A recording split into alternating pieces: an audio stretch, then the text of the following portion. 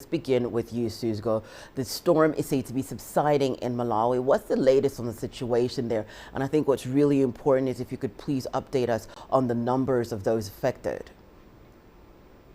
Thank you so much. I would say the Cyclone Freddy may have gone according to experts, but Malawi remains a state in grief, especially when you look at the piling of dead bodies. Figures continue to increase.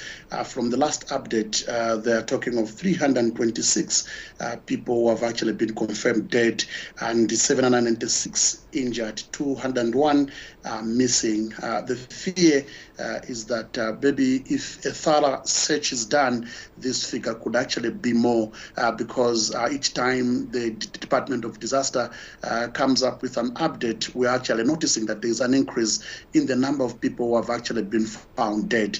As we are talking now, the search continues. The focus is no longer on the commercial city of Blantyre, but other surrounding districts like Chiradzulu, Mulanje, Palombe, Neno, Mangochi, as well as Nsanje, where it appears the search has not been very intensive. And now that it has been intensified, that is when we are getting even more and more numbers.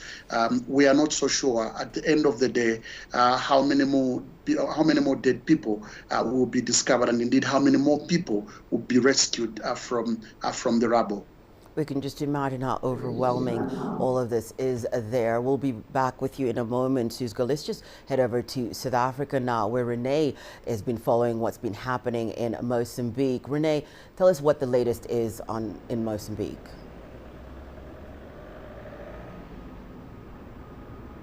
Well, in Mozambique, officials are literally counting the cost of this deadly storm, of this very devastating cyclone. The extent of the damage is what they're assessing at the moment, as well as the loss of life.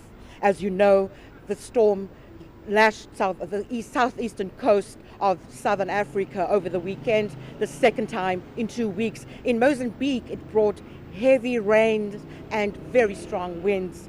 People there say that many parts of the area that were affected by this particular cyclone still very much underwater. And authorities from the United Nations are sounding the alarm, saying that the floods could exacerbate what is an already serious cholera outbreak, which started about 6 months ago. So far, that outbreak has killed around 40 people and affected thousands of people in the Mozambican area. Sadly, the people of Mozambique are no strangers to flooding. And this time around, it's a flood like they haven't seen in many years. And that is what we've been hearing from other experts as well, that this has been the longest and worst that they have seen so far. We'll be back with you in a moment, Rene. Suzgo, let's come back to you in Malawi, which has seen devastation that will require a long time and resources for recovery. And I think this is one of the things that you've also mentioned, Suzgo, in our discussions with you, that there's still people that are recovering from the 2019 Cyclone Idai. What's the plan to get villages and people back on their feet in Malawi? Honestly, the intensity and the extensity of this disaster seem to have overpowered Malawi, and the big question that has been asked is what will happen next. Of course, the president, in his address last night, he said the focus now is to rescue people, bring them to safety and provide with them support. But if you look at the numbers, I mean, these people have their homes damaged, they have lost property, they have nowhere to go to. So we are looking forward to hear a concrete plan that government will put in place. Just as you have indicated, I mean, we have had Cyclone Anna, Cyclone Idai, and Malawi has taken time to heal from those wounds. Now, this we are just not so sure where Malawi will begin from.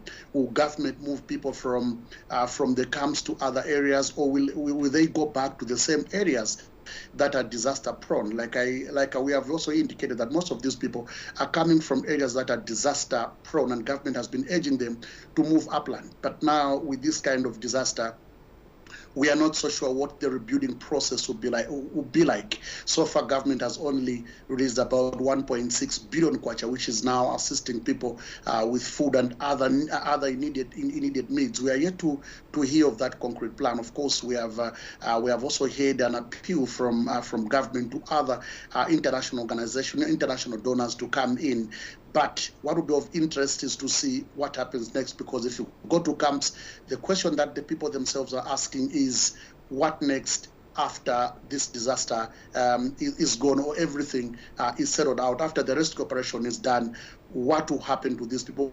Government provide money for shelter, for property. So that is what we are looking forward to hear from government in terms of what plan they'll come up with. Fortunately, the budget session, the budget meeting of Parliament is currently in session. So we'll be looking forward to see how even the budget, will consider this issue of the disaster.